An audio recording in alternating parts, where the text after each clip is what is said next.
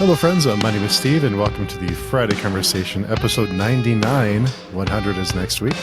But today we're here with some friends, and Michelle, will you kick us off with an introduction? Tell us a little bit about yourself. I write as Michelle West. I write the Assyrian Universe books. There are 16 books, 17 books in that series now. And I'm self-publishing the last arc. I also write as Michelle Segura. I write the Chronicles of Elantra, the cast novels, and a couple of spin-offs, and those are published by Mira.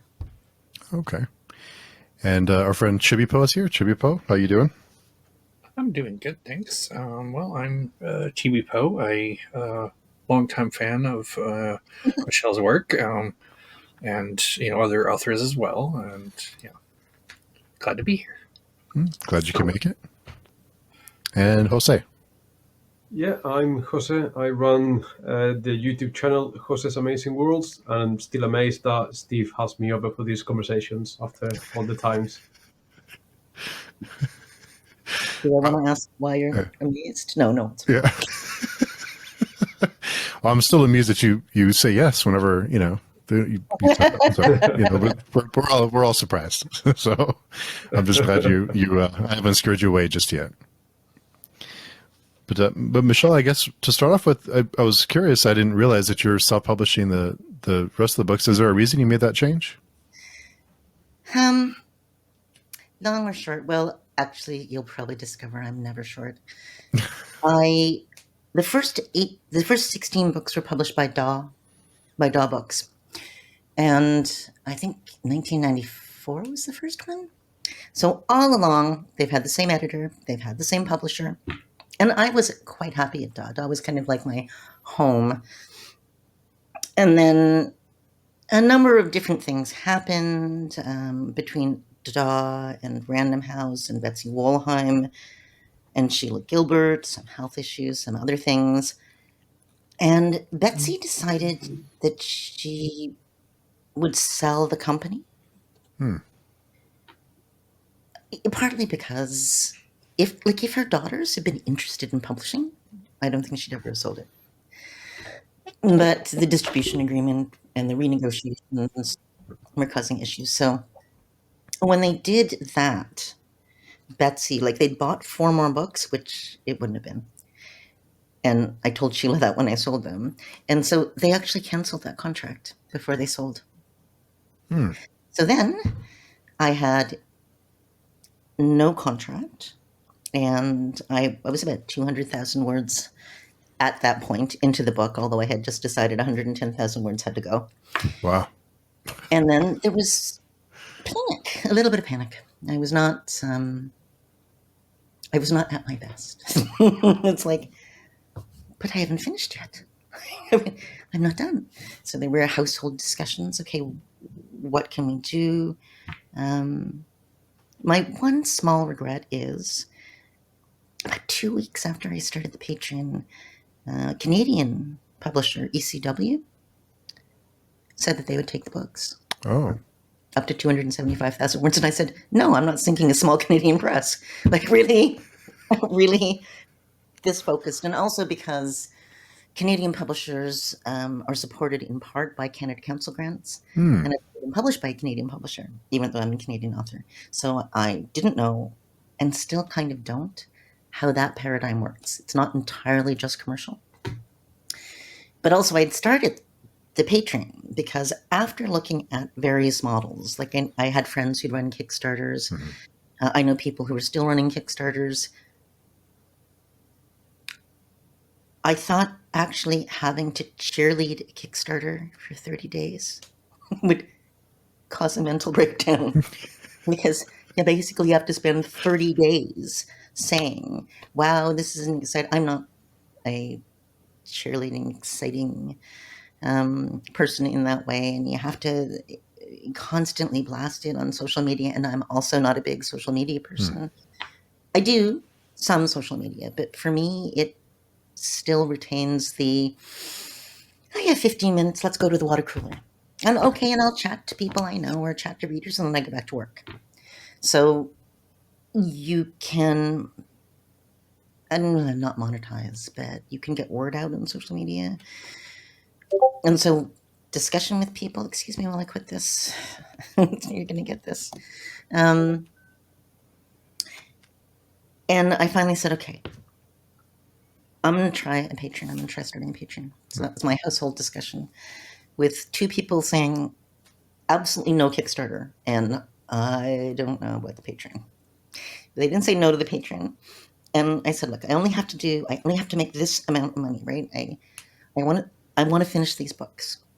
And I don't need money to write them, but I do need money to copy edit them and to edit them and to proofread them and for cover designer.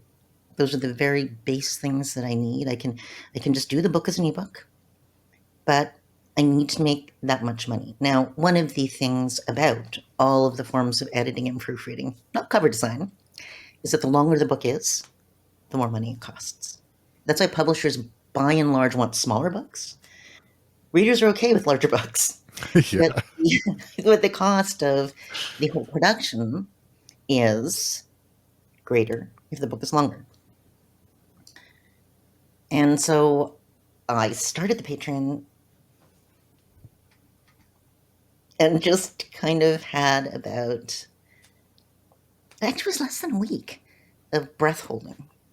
Because of course you look at other people's patrons at the point where you think, okay, this is what I would like to do. And if I can make enough money, then I can publish the books. And I don't need an advance because obviously it's in a publisher. I don't need to be paid to write them. But if I sell them afterwards, whatever money they make being sold will come to me. And so discussion again around the household said, this is fine. And actually, the first week, I thought, okay, I can do this. But here's the big but. All of the very successful patrons did one of 2 things. One, they offered short fiction, so it's a pay per piece. If I have to write short fiction to generate money, I'll never have time to write novels. Other people can do things differently. Every writer has a different process. I wouldn't be able to do that. So I couldn't do that, and that was kind of big. And the other thing was a strongly parasocial interaction. Hi, I have a private Discord, and I have this, and if you're paying $100 a month, I'll do a Zoom call. Or it was just, and I thought, if I have to do that, I'll die, and I'll also never get any writing done. Well, because there's a certain pressure in it, and some people are really good, and some people actually get a lot of energy from social interaction. And even if they're quiet people who read books, I call those people extroverts. Some people require energy to interact socially, and I call those people introverts, and that part would be me. Plus, then I'd have to start being self-conscious because I'm not good at not being myself, and I'd have to start, I don't know, being more concerned about. And as I said, like, I don't care if people like me. I just want them to like my books, right? It's me, book. They're 2 different things. So I thought, okay, there's a limit. There's a limiting factor. Because readers often, they want to help you. So if you go out and you say this, but they also want the personal connection. And if you're not pushing those things, people sometimes don't come, and that's totally fine. But then you also have to ask people for money. You have to go out and say, I really would like to do this. Can you give me money? Which, again, older person was the hardest part. So I wrote a blog post explaining the DOS situation and explaining what I'd like to do going forward. Because I can't, if I don't have the DOT advance money coming in, it was a lot less than Sagara money anyway. But I can't take the money, the household money from the Sagara books to pay for all of the publishing. So I explained everything, and then I mentioned it on Twitter. I don't even think I mentioned it on Facebook. To be honest, I haven't been on Facebook much since 2016. I have not forgiven Facebook for the, never mind. Not even my country, and we're going into politics. You said 2016. I think everyone knows what you're referring to. Well, yes, but then I watched my son's godfather's wife's niece. I know, how's that? Because she was a very young mother, become totally radicalized by Facebook, QAnon mommy groups. And now vaccinations are evil and only parents who hate their children give them, and none of this stuff actually exists. And it's like, but new mothers are often incredibly insecure. And the problem with Facebook is your friends are recommending things. So you might join a group, but you're not assessing because you're terrified. So there are many reasons that I don't.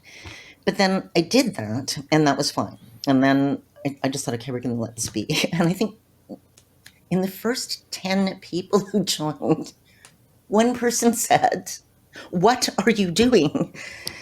I saw this by accident because I had Twitter open. You should be going to Reddit, and you should be going to do this, and you should be going to do this." And it's like, yes, probably I should, but let's just see how this goes first, because I'm old and this is very difficult. And then people came, and that was great. And so about 2 weeks, I thought, okay, we have enough. And that's when ECW came. But they were not interested in giving me 450 at the time ebooks, because that was my thing. If you support, you get the ebook when it is done. And in retrospect, because it's a small press, so there's not a lot of money in it, but in retrospect, if I had said, I'll buy the ebooks, then it would have saved me an enormous amount of publishing woe at the end of the process, the typesetting things and the everything else. However, that did not happen, and they wanted a maximum of 275,000 words, and I finished this book, and it was 304,000 words, which is the longest first novel in a series that I have ever written in my life. And second longest published book. It's like, who does this? Apparently me. But that's why I started to do it. So the newest book in that series is entirely self-published. And because I work in a bookstore, I had told people, okay, guys, you understand, because people wanted print books, or specific people really wanted print books. And I started reading a lot of them in the late 1990s, when there was no ebook, there was no anything else. So saying, I'm not doing print did not seem reasonable to me, because you can do so you can do print on demand, and I warn people, print on demand pricing is based on how long the book is. It's a page count. So all these people who are saying you can do really cheap on Amazon are talking about 4-point font in 200 pages, which I can't publish a book you must read with a magnifying glass. You're laughing, but I did have people do this for $20, and it's like, no, you can't. You really can't. So it was interesting for me, because I was very nervous about it to begin with, and there's this fear. It's like, why is it taking so long? Why is it taking so long? People are giving me money every month. Why is it taking so long? Okay, calm down, Michelle. Just calm down, write your book. So you'd calm down and you'd write, and then you come back and think, but why is it taking so long? And I thought that I wouldn't be worried about book length. And I sort of wasn't. But it's because I'd thrown out the entire, so I did 200,000 words, and I told people I was going to remove 110, and so I had 90,000 words when I started, so it shouldn't take that long. I just had to start new beginning, but by the time I thought, I'm going to write these first 3 or 4 chapters, I'm going to add the 90,000 words, and then I'll have however many thousand words, except by the time I got to the place where these words in theory should join by plot, it was the wrong tone. They were the wrong tone. It was not the right voice of book anymore.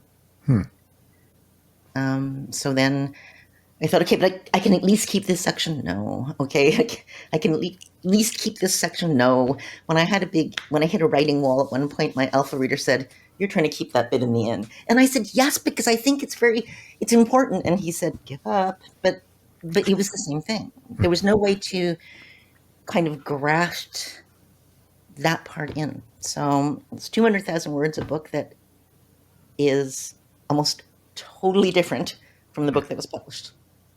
because that's the way books work for me. The Segura books Mira is still publishing, and that's probably a good thing, because if I had to do all the same amount of work for the Segura books as well as the West books, I'd probably get like a book and a half done a year.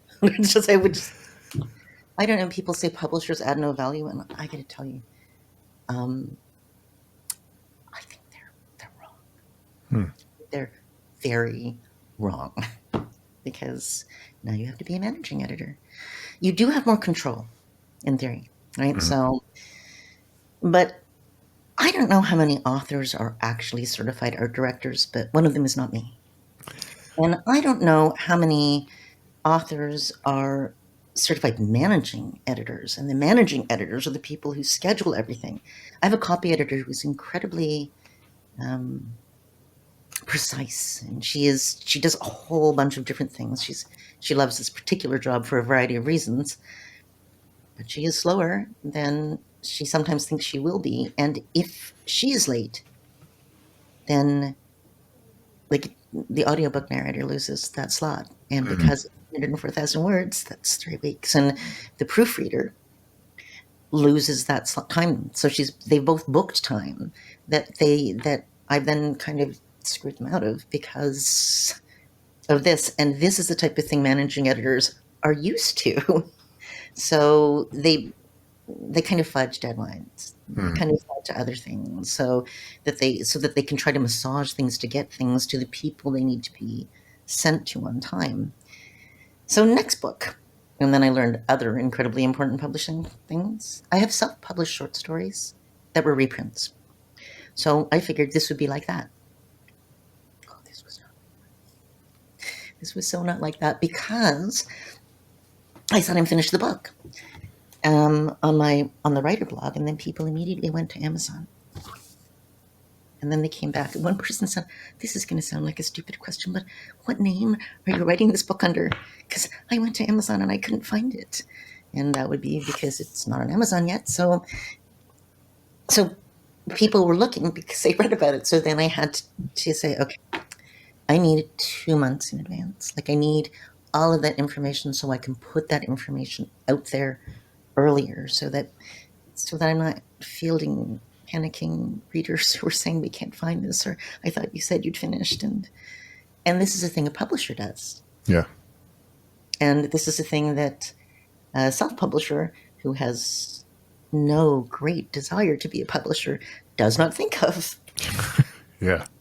Because for me, the best thing about the Patreon is, this is going to sound terrible, but I don't have to care if they sell. I do not have to care. I don't have to go and watch numbers and wonder if this book sales will be too low, and then maybe they won't publish any more of them. I don't have to care. All I have to really care about when I'm writing the book is the book. And then making it publishable, like copy editing and proofread and everything else, so that people in the Patreon can get their book. And I can work on all the other things, like the print on demand and the hardcover, because hardcover covers and trade paperback covers are more expensive in terms of cover design. Ebook covers and audiobook covers are kind of like a square or a rectangle. And with the ebook covers, basically they take the front of the wraparound trade paperback cover, and that's the cover. So all of that stuff is kind of later, but I can write them, and I can finish them, and I can do all of the things that I initially set out to do. I can go to the south, and I can finish the stuff and finish up the Empire, and I can go to the north because the north is important. And when I sold the books to Da, the last arc, I was trying really, really hard to do as few books as possible because they should really not have bought these. They really shouldn't have. I was told that my numbers would be fine if the books were half the length. Oh, okay. But at the length that they're at, the cost of everything, including the unit cost for the hardcovers and paperbacks, just plans things out in a not good way. Hmm. So there was no way to make this particular set of books shorter. But now I don't have to worry about that either. Well, okay, I don't want them all to be 304,000 words, because what I discovered is Amazon has a maximum page count of 830, which nobody told me. Oh. Everyone said, you can publish any length. No, you can't. And oddly enough, I had more than Amazon wanted with end material, so I killed one section in that, and it still wasn't enough. So then I had to make a choice to, and I hate this, chapters should always start on the right-hand side of a 2-page spread. Always. Published books now sometimes don't do it, and it drives me nuts because I'm old and grouchy and old-fashioned, and it's here. It starts here. You can, however, choose not to do that in the output, so that, because that saves you some pages, because then it will start on the empty page. And I had to do that for the Amazon version, but I didn't have to do that for Ingram, because Ingram actually can go up to 1130 now. I know, this is stupid, right? But all these people who were telling me Amazon can publish at any length meant at any short length. Hey, they'll publish a 70-page book or a 60-page book, and not they'll publish a 900-page book, which unfortunately is what this was. I think I've seen a 20-page book on Amazon before, so maybe that's what they meant. You can do saddle stitching for some places, like they're 20 pages. They often do pamphlets. But I think what they meant at any length was short, and not at any length being way too long. They might be, talking ebooks too, because I think I've seen some, Amazon published ebooks that get kind of crazy. Well, ebooks you can do anything with. You can, so you can put them together and have an omnibus that is 2,000 pages long because it's an ebook. It's bits, but print books you can't do that with. So that was me learning and stumbling, but that's what I did. And so there are lots of things that self-published authors are possibly supposed to be doing. And so the one advantage that I have is that I have readers for these books.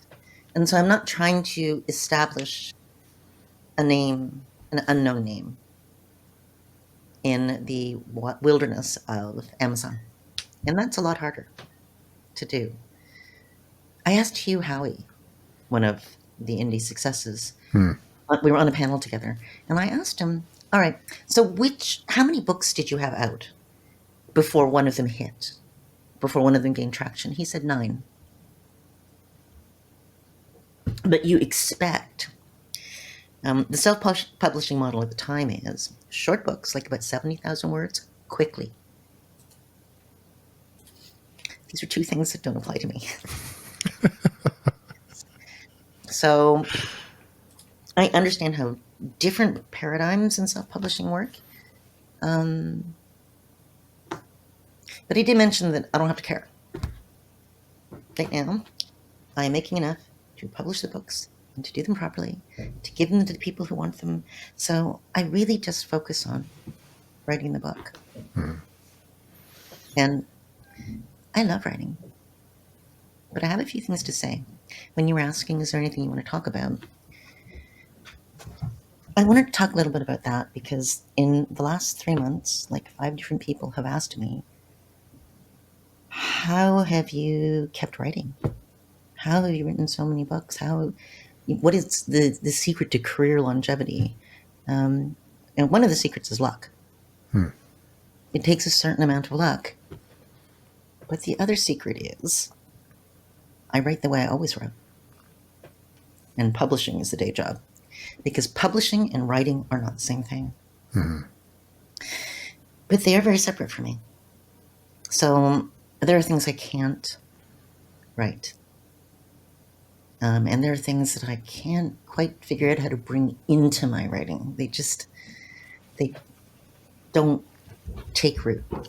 They don't grow from that. So if I could, maybe I'd sell better. But I truly 100% believe that when editors or agents tell you to write the book of your heart, they're not actually lying. They're not patting you on the head. They kind of mean it because nobody knows what's going to sell.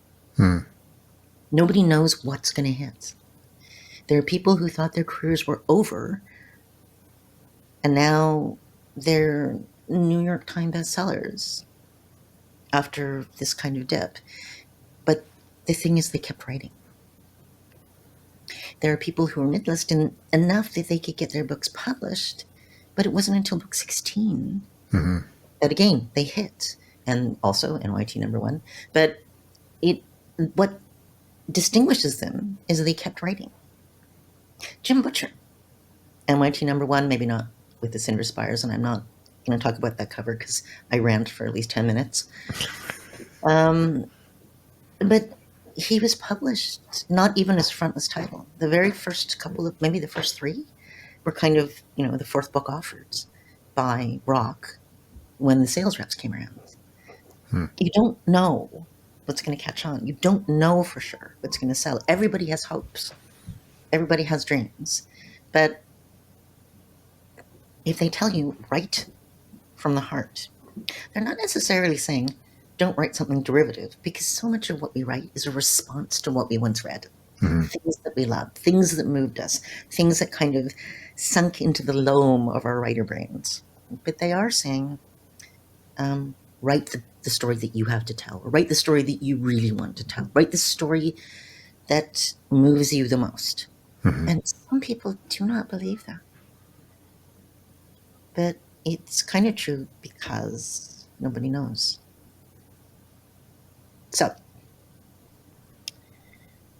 I don't think writers are fungible.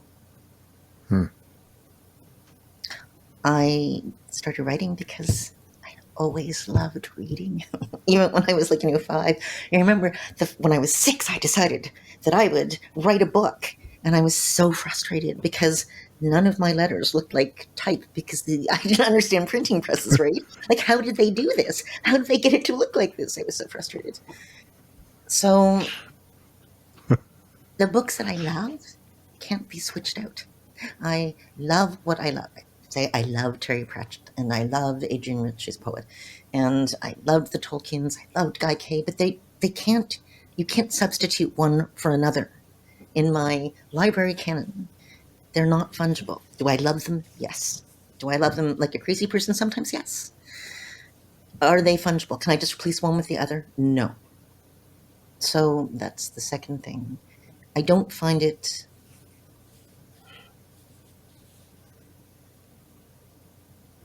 I don't ask, why wasn't that me? Why didn't I get that? Because my general feeling is because I didn't write their books. If you want to ask, what are they doing right? So let's say Terry Goodkind. I was paid. Somebody answer that. It's going to be spam, right? You open it, you hang it up. And he did sell relatively well. I was paid $450 to review one of his books, and when they asked me if I would do another one, I said, you will need to pay me 2 orders of magnitude more because I cannot scrub this out of my brain, and it was so unpleasant. And they said, okay, no. No, thank you. But it's perfectly reasonable to say, okay, he is doing something right. What is he doing right? What in this book that I could barely read works for readers? And over the years, I have come to believe that in part for a lot of readers, if they can get to your story, that's the only thing that really matters.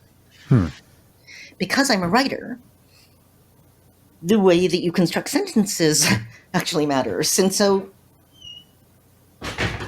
evil chickens matter. And there are certain things that are just, they do. And they just distract me because that's what I require. And so I loved The Name of the Wind so very much. Because I thought, that book had everything. And so all of the language, all of the sentences, the words, the flow, the character, everything. I loved it. You do not have to be a garbage writer to sell well. You don't have to be a brilliant writer to sell well. Conversely, you don't have to be a garbage writer to disappear, and you don't have to be a brilliant writer to disappear, because that happens as well. So I worked in bookstores since I was 16. Do you remember Dragon World? Sounds familiar. Yeah. Do you remember Urshrak? Yes. Do you remember The Burning Stone? No. Okay. What these 3 books, and I could come up with more, have in common is they spent, holy crap, 30 years ago, $150,000, $200,000 on promotion. Even in our little chain bookstore, we got copies, physical copies of the advanced ARCs. They spent so much money on this. For the most part, they sank like a stone. They disappeared. So writers who haven't worked in bookstores believe that it's a promotion. Promotion, that's how you sell. These people are promoted to greatness, but I have seen so many people promoted to nothing. I don't actually believe that, or I can't completely believe it.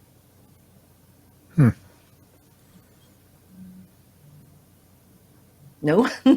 No, I just I wonder how social media has changed that. What has that changed your ideas of, or your perception of promotion? And can social media propel someone to the bestseller list if it's done right? Is that, or is it just a matter of timing and luck? You gotta have the book. Hunger Games. How much social media was the Suzanne Collins on? I don't know. Zero. Zero. Her Facebook page was done by her publisher. She was not on social media at all. Did that hurt her? Nope. Was her book promoted to greatness because of social media? Yes and no. And the yes part is, people read this and said, OMFG, this book. Oh my God, I just read this book. And what it does is it allows you to have a larger word of mouth effect.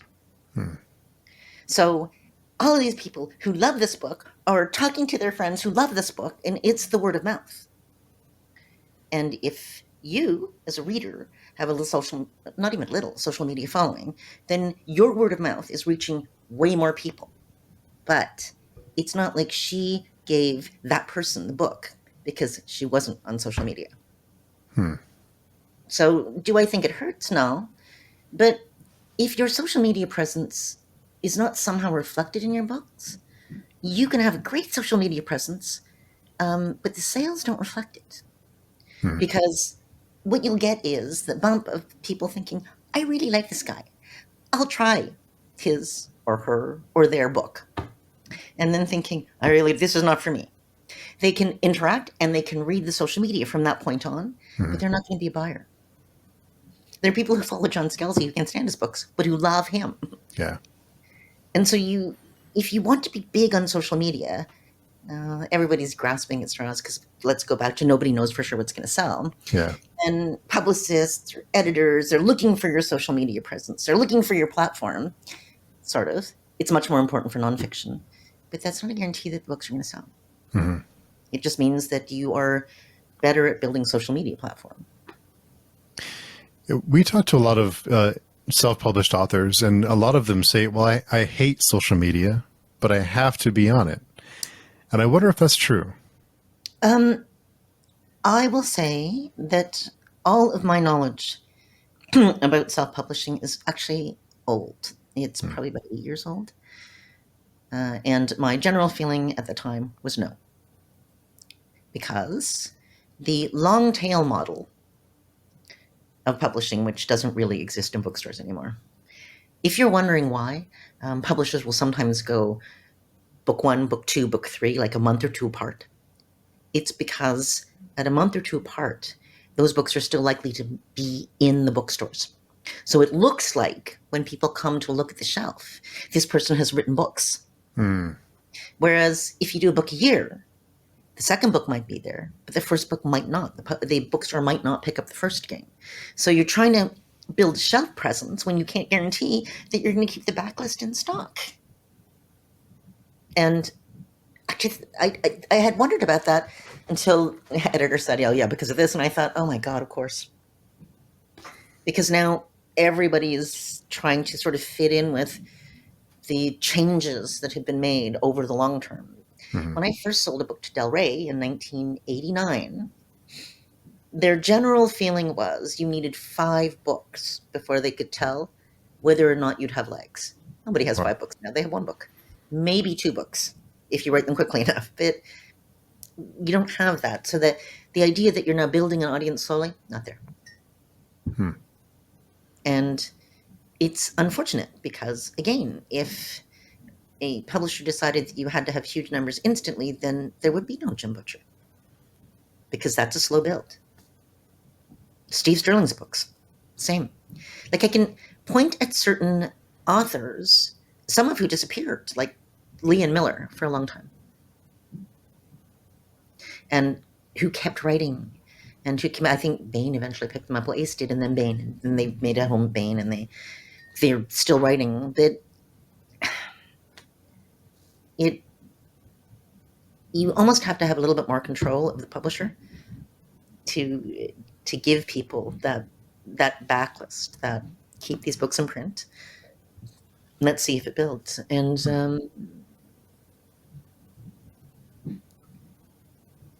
it's not a forgiving system. Yeah. It was different. When I was 16, there were hundreds of publishers. But then they started to get absorbed, right? So they bought this, they bought this, they bought this. Ace Berkeley got bought by Penguin, well, by NAL, which New American Library was what eventually became Penguin USA. Bantam, Doubleday, Dell, they were separate. So Doubleday, Dell was separate from Bantam. I mean, all of these things. Ballantine, Del Rey was part of Ballantine, but Ballantine and Bantam were completely separate publishers, completely separate editorial. So when I first started, there was a lot more options and a lot of different editorial and publishing tastes. And that is less true now. Yeah. Because now you have Big Five instead of, like 30 places you could reasonably consider mainstream publishers in genre to sell your book. Mm-hmm. So, I'm sorry, I train derailed because I was thinking about longevity and writing. So I feel that a lot of writers I know who stopped writing stopped because they were so discouraged. It's like they're looking at everybody else's success and they're unhappy and they feel unseen. And it isn't about writing the book. Because to them, writing the book, like, what's the point? I have never thought, what's the point when I'm writing a book? What I want to do when I'm writing a book is to finish the book. Now, afterwards, when you're trying to sell the book, you may think this might not have been the smartest idea you ever had in your entire life, but the two are actually functionally separate. They shouldn't be. So if you can say, if you have 5 projects you're really excited about, and you want to try to guess which one would be the most easily marketed, that's fine. But if you've decided you need to get published, so you're just going to write whatever that person is writing, you're going to discover it's not as easy as it looks, especially if you have no feel for it. It is much harder than it looks. It's easy to be contemptuous. I have seen some science fiction authors do it. Oh, well, fine. If we wanted to do that, we could just write big, fat, pointless fantasy. It's like, okay. But at least 1 or 2 of them have tried it. It's not as easy as it looks. Because it's not easy to write something that you, in theory, have contempt for. And I don't even know if you truly have contempt or if that's just talking heads, because also some people care about how they're seen and some people care about how they're perceived, and just, well, it's too much work. It is work that is not writing. It is work that is not the book. But I would actually ask, and I have asked some of these people, what do you want from being published? Like, what are you hoping to achieve? Some people just say all they want to do is be published, but that actually counts for their first book. And then they start to have that reality of dealing with the publishing system and with bookstores and with bookstore returns and with angry one-star reviews and everything else. And it takes its toll. Oh, yeah. So my thing is, do not do things that cause you writer anxiety, because most people's writer brain is also their anxiety brain. And if you are now filling your head with anxiety, it hurts the writing. Yeah. You just don't get writing done. So every single writer I know in 2016 lost between 3 months and a year of writing. I mean, I think it took me 3 months to actually start again.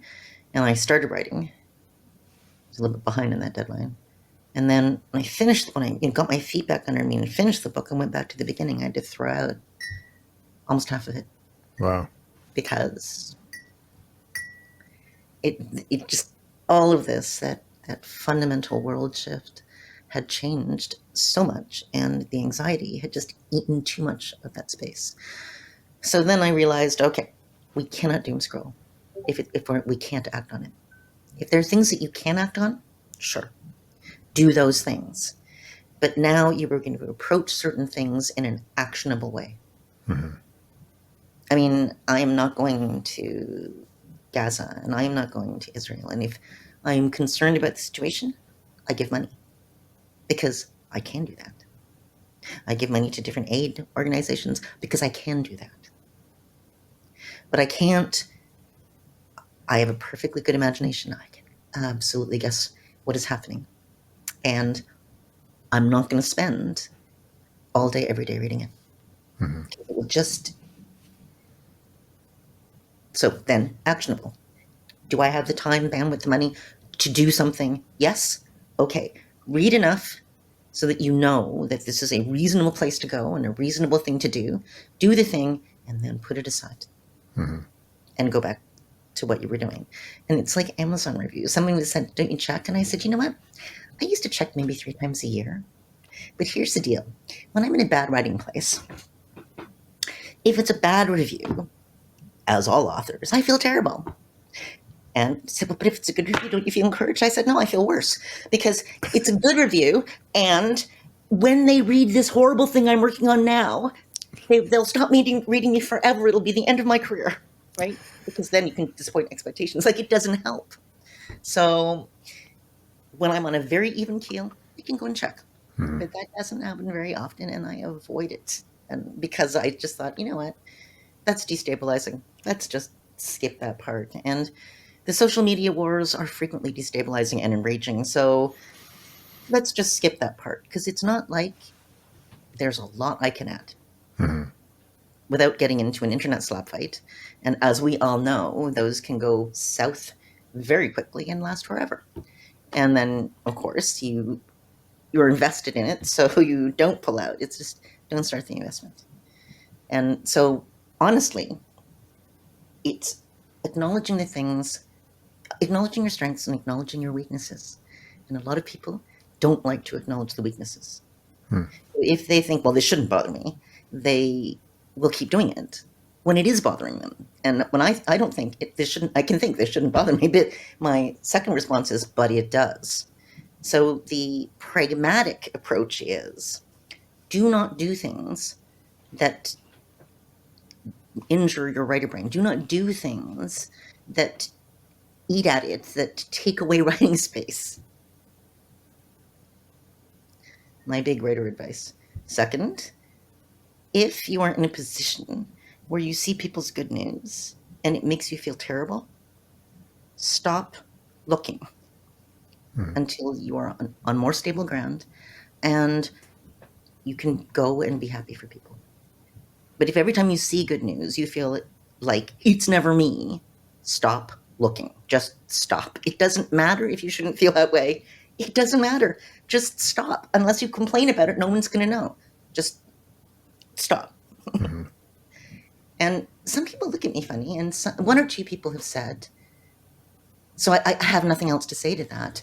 If people are not talking about my books, then I feel like they're not being seen. They're irrelevant. No one's reading them. And okay. And there are some people who do need the the whole social interaction in social media gives them energy, it buoys them up. I mean, if you told John Scalzi that you would pay him a crap ton more money, but he has to stay off social media, I think he'd die. I'm serious. There's energy that he gets from it, and it kind of feeds in a positive way. So if you're one of those people who needs that interaction, also acknowledge it. Mm-hmm. This is how you get energy, so that you then go back and writing is easier. Elizabeth Bear said that once to me. She said she loves conventions because she comes back so energized and so ready to work. And I'm looking at her thinking it takes me 3 days to recover. Right? I mean, but both things are completely valid because your books come from you. Your books come from your experience. Your books come from, in part, who you are. Mm-hmm. Things that you love, things that you hate, things that you value. Just acknowledge that you have these things and accept them. And I think that it's much, much easier for you to keep going. But also, if what you need is status or hierarchy.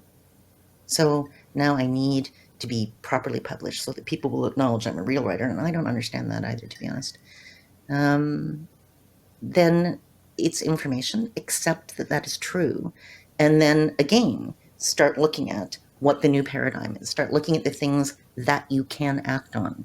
What are the things that you can do? But it becomes the same thing as the how to get published. Where do you go to meet editors, or where do you go to interact? And social media is not terrible for that. As long as you are good at writing short form, being somewhat amusing and being respectful, people often will remember. Don't ratio. Don't say, yeah, exclamation mark. No one remembers that. But if you have something germane to say it. You're just nodding. No, I just I was just thinking, with social media, I think, like you mentioned earlier, you see someone's follower account has, let's say, 3,000 followers. That doesn't mean you're going to sell 3,000 copies of your book. It also means that you can, just like you can have that goodwill, someone who gets to know you and say, I really like this person. Maybe I'll try their book. It could also be the reverse of, I really don't like this person because of some offhand thing they said, and it turns out to be a negative. They follow you because they want you to fail, and that so it can go both ways. It's such an interesting dynamic. It can. There are some people who find it amusing to look at train wrecks, in part because they have that, oh, well, I could be worse. Yeah. And that's the kind of black humor, and in particular black geek humor, which we're all good at. But it is really hard if you love an author and meet them and they're an ass. Yeah. It actually really does influence. You can't, because people should be able to separate, and no, it's not easy to separate. So if you think, wow, this person's an ass, there's a very good chance that you might in future not like their books. Mm-hmm. And I have met people I loved, and I can't read their books. Yeah. And I've tried 8 different books, just looking for the one that I can penetrate. So I separate and I don't separate. And you're absolutely right. If you are a complete, and you know what, I shouldn't say jerk, but if your social media presence is at odds with the readers, then probably that is going to affect the writing. The one person that I never understood, I didn't understand her readers, was Laurel Hamilton, because you people buying her hardcovers so that they can curse her. It's like they're hate reading. And I'm thinking, well, I'd probably stay off social media, but that's still $5. Right? I mean, they're still buying hundreds of thousands of hardcovers. The thing about social media presence is, my Twitter account, before I just stopped using Twitter, I maybe 3,200 people or something, but I wasn't trying to gain a Twitter following. I would respond to people who added me. It was a place where if somebody had an at for me, I would answer it. I was much worse on Facebook. I will answer blog comments or questions, but social media presence as an author is in part so that if readers want to, they can reach out to me. I have no idea who it was. I was on someone on Twitter who said, "Are you going to write more about this Sagara character, Robin?" And I said, "Sure, in my copious free time, because I have to write these 2 Severin books and a cast book." And they said, "It's just I really love Magic School books." And I thought, "Oh my god, I have a Magic School. Like I have the Academia, and I have this, and I have this." Oh. So then I wrote the 2 Severin books, and then I wrote the Magic School book. And the Magic School book, oh my god, it was the worst one ever. It was just like, why is this book not going anywhere I thought it would go? Like, why is it doing this? Why did I have to start this 5 times? I never have to start a Sagara book 5 times. It's just, and if I could remember which reader it was, I'd probably thank them and then kick them in the shins. Both. But there is some interaction. So that's the thing about the social for me. It's speaking about things. But that's kind of it. I'm not trying to gain a Twitter following so that people follow me on Twitter. It's like, I don't care. And my Twitter following and the number of books I sell are very, very separate. But it's the overlap of people who want to interact with their authors, because many people don't, and people who want to be on Twitter, because many people don't, who will reach out to me. Mm-hmm. If that makes any sense. So I think people kind of get caught on, if you're not big in social media, then you're not relevant. But Tanya Huff sells way better than I do. My husband said she's like the invisible successful author. It's like almost nobody is talking about her online because he'd check. And I said, they're lost. But clearly readers are finding her books and readers are buying her books. Maybe they are not people who interact socially. And they're really missing something with Tanya's Twitter feed or Tanya's feeds, because she is very witty and very funny. And in fact, her wit is in her books. So if you like the type of dry humor, then you will like what she does in her books. But people conflate.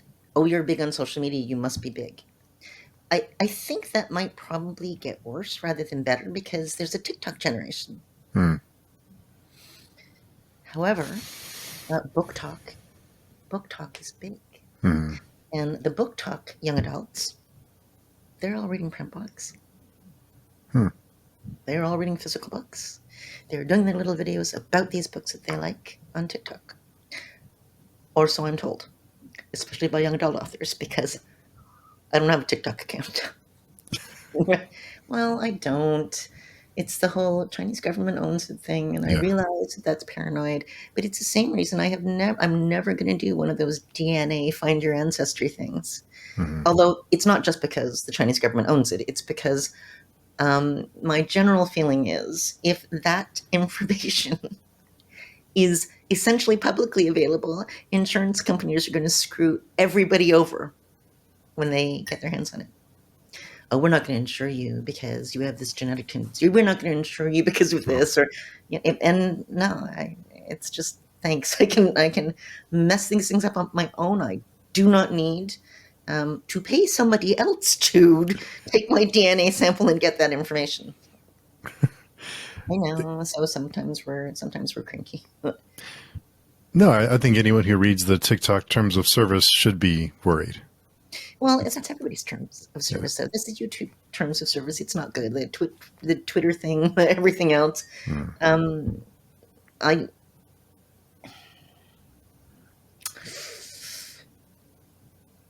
don't like video, and I don't like cameras, and I can't talk for 30 seconds. So it's not my medium. It's just not my medium. But Godfather's Children, the son, really loves TikTok, and he does really weird things on TikTok. Not upset, but just weird, funny things.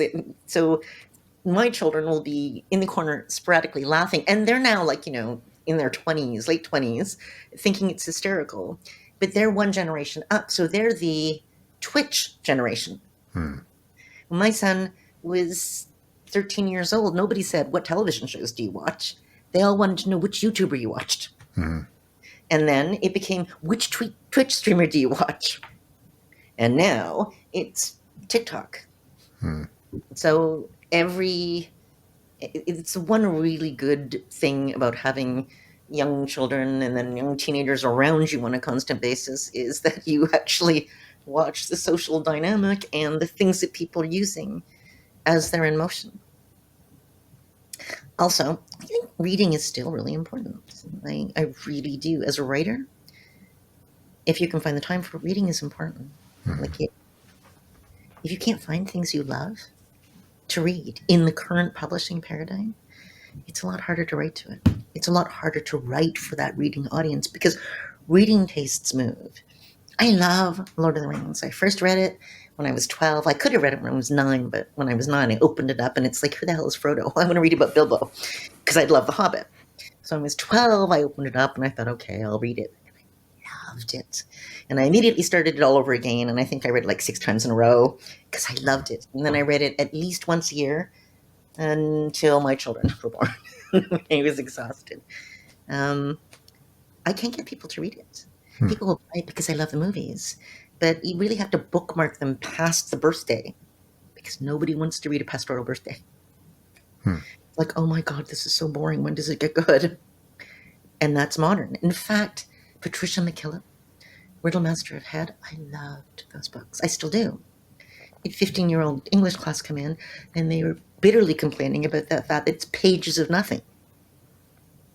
I hit their teacher over the head with a book. It's like, David, what are you teaching these kids? I mean, but everything about the tone and the mood and the texture, and it's not pages and pages of nothing compared to birthday parties.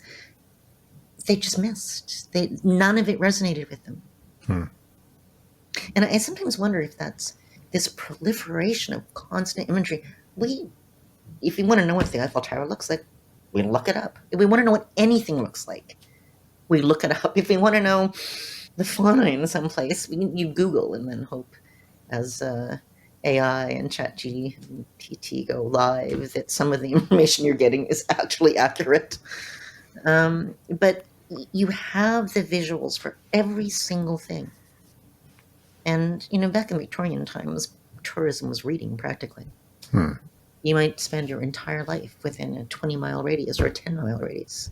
So reading these travelogues with their long descriptions of freaking trees was actually relevant because you were giving information to people who might never have it. Now, nobody wants it, right? So even what is in a book, what readers want in a book has shifted. You don't think so? No, I think it has. I think it's almost. Well, I know I don't want to sound old and crotchety, but I think attention spans are on off. Yes. I think attention spans are shrinking, but I don't think it's. I think it's just a byproduct of TikTok and short form content that people are absorbing, and it's just your brains adjust to a 30-second video instead of sitting down to read a 500-page book. One of my English professors, who I absolutely adored, although he was teaching Beowulf in Old English, said, Shakespearean time, people memorized whole plays, whole sonnets. Everything is memorized. Nobody does that now. That was part of the social interaction. Everybody knew it. So instead of watching a movie, you read and memorized I am the pentameter for days. So the culture changes, obviously. Things change. But I still think it's important to find things that you love in that shift of things. So if you are in a place where you think, readers these days are so superficial, or they're so impatient, or they're so stupid, then you're never going to write a book that is going to. You cannot write anything thinking that way, because then you fundamentally have no respect for the audience you want to read it.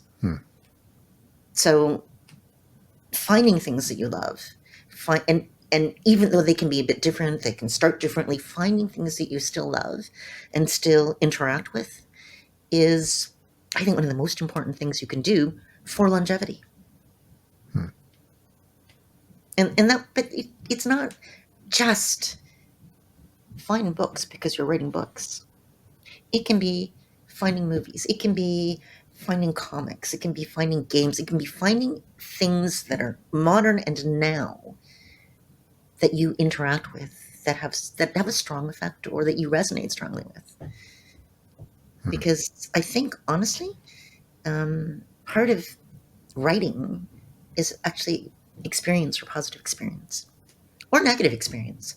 If you can really sift through it and examine it, and everything becomes part of the book. It becomes part of the book, part of your awareness. I think world building gets harder as you get older because your understanding of how the world works makes everything so much more complicated.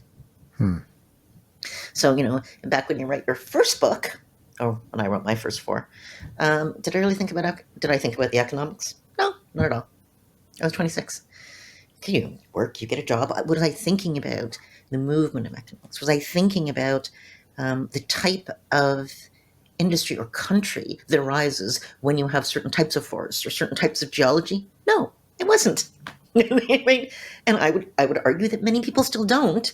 But as you get older, you become aware of all these things, and all of a sudden, it's just harder and harder to build a world that you can still believe in while you're writing. Because that, for me, is world building. It's you need to write something that you believe in really strongly when you're writing.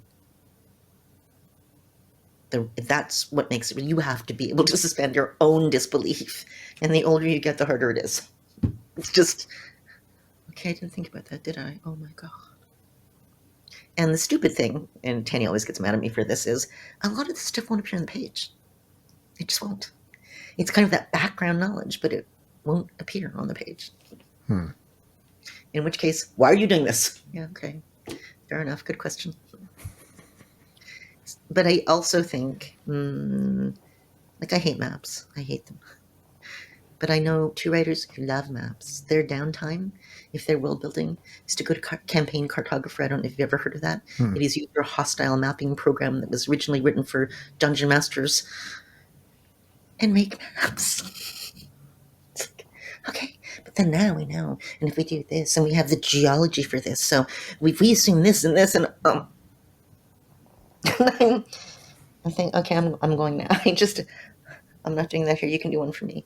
It's not one of my downtime activities, partly because it's very visual. And zero visual acumen. I used to think visualization kind of meant thinking about something. Like the idea of visualizing. Like my husband said, well, okay, you say beach, what do you visualize? And I said,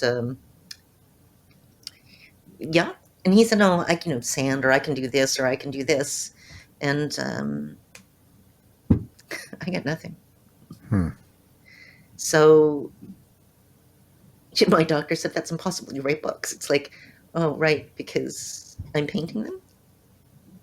I said, it's not like I don't interact with the world, and it's not like I can't see. But if I see something that strikes me in a certain way, I am always pinning it down in my head with words. I am describing it with words. And somehow in the words, that sense of what the words encompass is what I remember. So then for word phrases, cadences, of course, mean or hit more because words are what I really have. Some people are hugely visual.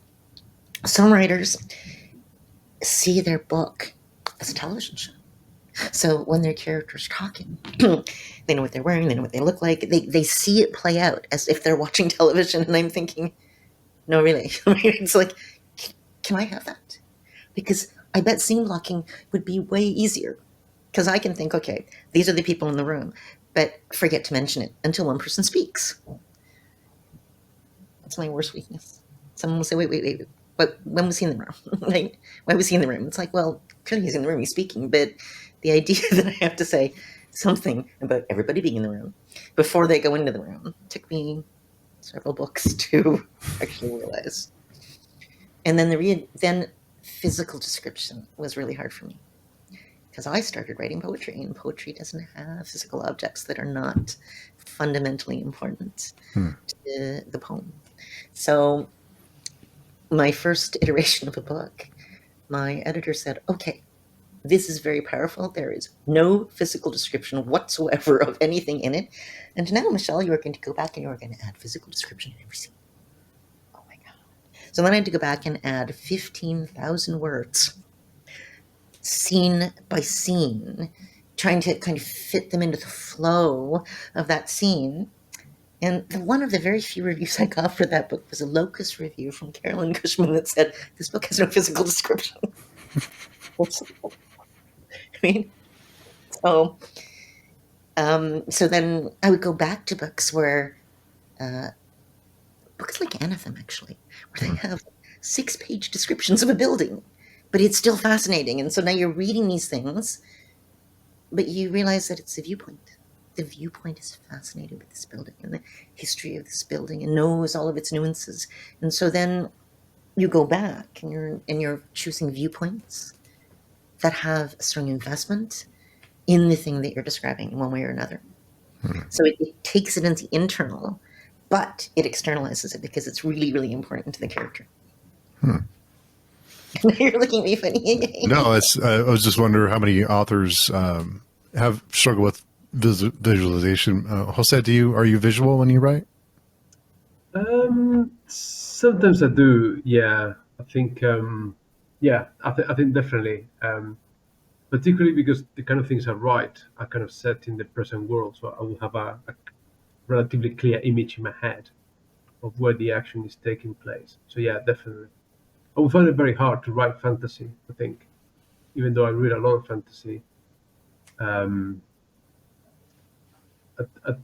It's kind of fascinating that people can imagine all these worlds and bring them to life on the page. I think that's certainly a skill. I don't think you have to see it. I think you have to feel it. I'll take your word for it. But because usually people say, write what you know about. And obviously no one knows more about the world that you've created than yourself. But yeah, I don't know. I don't love that advice. Okay. To be honest, I've heard it a lot. I heard it a lot in my grade 13 workshop class. Write what you know, write what you know. And my the person who was running it, oh my God, he was a Canadian writer. He worked at Coach House Press. He had the class taught in a boardroom because he was a chain smoker. And at that time, the teachers were allowed to smoke in their boardrooms, but you weren't allowed to smoke in classrooms. It was just this insane class. And he opens it up with, I hate teaching. I'm just doing this because I need the money. So I'm making my friends do it. And then he brings in this roll call of Canadian authors. And he meant it. He was forcing them to teach things, but he hated science fiction things. And that's what I was writing. Right? So I write these things and he'd say, okay, it's powerful, but I want you to write what you know. And I said, you don't think that viscerally I understand this? And then we'd argue about it. But then all the rest of the kids, because it's a workshop class, would say, David, you're an idiot. He was a teacher, but he was the type of person around whom you could say that. So I found that it was like a bubble space. And so my advice always was to write what you feel. But then you sink into viewpoint, the viewpoint that you're writing from. Okay, the viewpoint that I'm writing from really matters.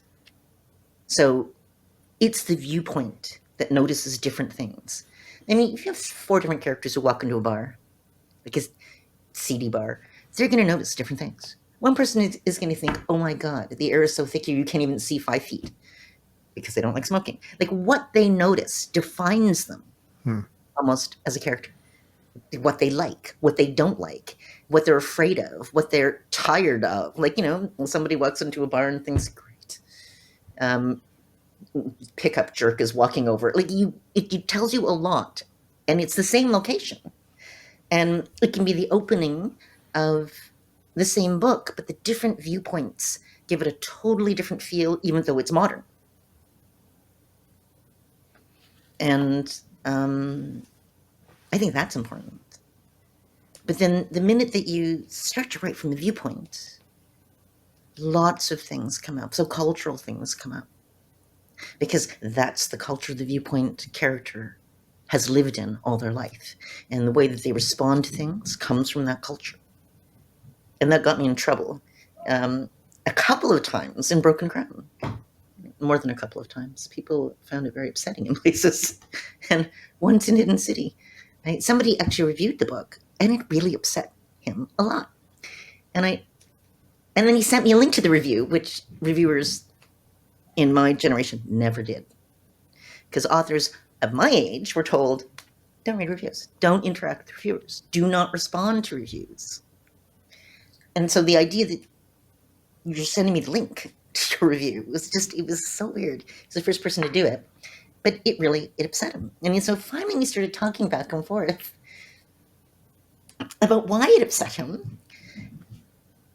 And he finally said, I do not understand why this orphan, like why would somebody who rescues her leave her at home alone? And I said, I don't understand your question.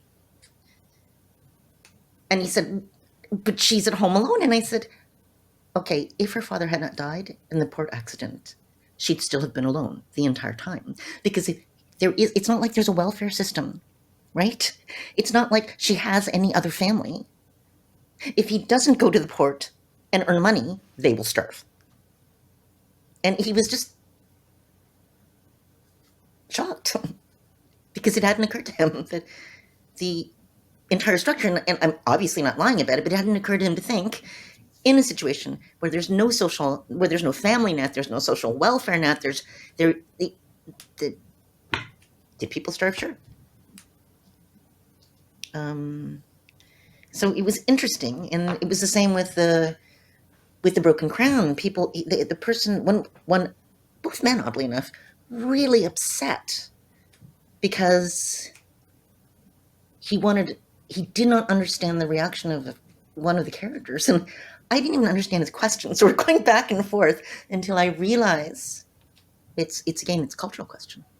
And I said, okay, so what you want is for her to be Buffy, but you understand that that is not in the culture. And she knew this, she had done anything, she would have just died. So she made the choice to do nothing, and it almost destroyed her, so that she could destroy them all later. Because there was nothing she could do to stop what was happening around her. And I think what he wanted from the book was the type of superhero that she was never going to be. Which doesn't mean that she didn't win, and it doesn't mean that she didn't do damage, but even the damage she did is prescribed by the role that she has in a culture in which women don't have a lot of freedom. So, and that's why he said this was just so anti-feminist. So he thought it was pretty misogynist. And I've had women tell me that it's very feminist because it is taking that medieval period and it is looking at the power that people did exercise, because power is, and it's just like I said, it's a dominion. And if you want something that's a little bit more egalitarian, that's the empire. I mean, they're two different cultural paradigms. Slavery exists in the dominion and doesn't exist in the empire in any obvious way. But then I started to think, you know what? The current ruler, how do you get rid of slavery? He's not an idiot. His advisors are not idiots. How do you get rid of it without having a bunch of people starve? How do you get rid of it in a way that doesn't immediately cause everything to break? So then, and actually one of my readers had this whole, okay, because one of the things she studied and which countries that kind of change occurred without revolution, death, and starvation all over the place afterwards. The big social upheaval, because because it is the thing. You cannot just, I mean, I'm sure somebody could just say slavery is now illegal, but it doesn't change the actual context of the entire country and the people who are really going to suffer for it are the people who are now not allowed to be enslaved, but then have no living, no shelter, no anything else. And so, how would that work? How do they get around the laws? These are the types of weird things that I think. I went to stop a book, Uncrowned King, and I stopped and thought, no, wait, because I have 3 commanders. Sweetheart, as I said to my long-suffering spouse, I said, yes. I said, how do you move an army of, say, 50,000 people? And how do you fucking feed them? Like, how do you actually feed 50,000 people? Like, if I march 50,000 people on foot, let's assume, not cavalry, like, they're going to still be walking 15 hours. Like, how do you do this? And he said, well, that's a good question. Very helpful. And then I started to look for logistics. And what I sometimes do is I find modern logistics, and then you kind of pare it back. You look at the practical ways different things work, and you look at how to streamline it, or how this would have been a problem back then because we don't have this, and you kind of you deconstruct it backwards to the technical or technological period that you have, except you can cheat because you have magic, so there's a little bit of cheating. And there isn't anything, because supplies and logistics in a modern army are not legally allowed to be talked about. Are you kidding me? So then I go into the Napoleonic, nothing. It's tactics and strategy. And frankly, I don't give a shit about that right now. I don't care. If you can't feed people, everything's going to turn to shit anyway. How do we feed people? And nothing. And then I got in touch with 2 military history professors. Zip. They're not giving me things that I actually need. And then I kept going backwards and backwards, and I finally found one absolutely brilliant book called Alexander the Great and the Logistics of the Macedonian Army. Thin book. It was fabulous. And the reason apparently it caused a little bit of controversy is that the professor who had written the book said that he believed that Alexander's military targets were based on his logistical abilities. Where could he go fast? Where could he strike? Where could he easily support an army? And I can't even figure out why that would be considered controversial. Because you can't feed them, you're going to lose them, and you'll lose all the rest of the people. And if they're marching through your land, it's going to be bad. So, right? But it's this kind of thing. Now, does it matter? Possibly not. But it's something that I feel that the commanders would know. So it's knowledge that I have to have, even if the character directions don't actually bring all of the stuff that I finally found onto the page. I have a weird world building paradigm. I like writing. When I hit that wall of, I don't know this, and I'm very sad. So before I started Broken Crown, I just did 200 pages of world building on any of the big characters or big political organizations that I could think of, and God's here, and festivals and other things and cultural things, and city areas in one city, and et cetera, et cetera, et cetera. And then I started writing. And I tell you, even the world building stuff, it's you start writing and then you go back, because you have all this stuff in theory in your head, and you changed a lot. Because the minute you're writing book words, that's when the book actually is real. So you can plot everything else. You can think, okay, this is where I'm going. You start writing it, and your characters turn left. And it is both you scream and pull your hair out, but also the moment at which you know the book is real. Because it's not like, I can't figure out what I'm doing, so I'll just throw this in here. It really is. The character has said, and you're following that viewpoint. Sometimes people ask about character and plot, but to me, character is plot. It's not everybody. To me, it's plot. So you have a rough idea, and sometimes you get close, and sometimes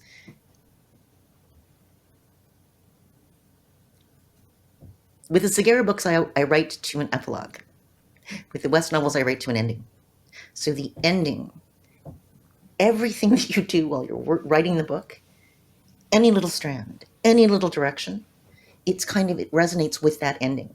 So obviously they're not going to turn left and jump into a convertible because there are no cars.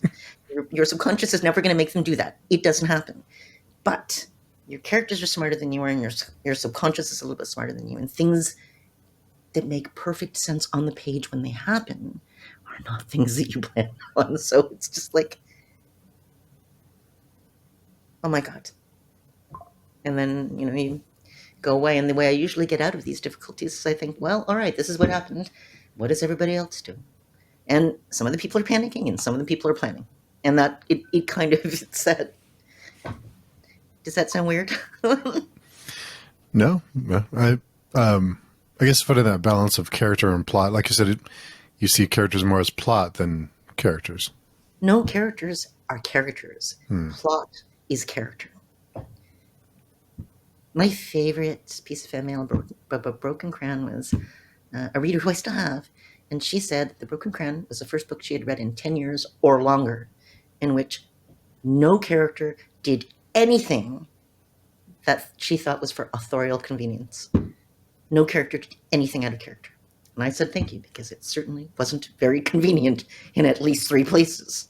But you can either choose the plot that you thought you were writing, or you can choose to let the characters go. Let the characters do what the characters are doing, even if it seems suicidal and insane. And I always go with the characters.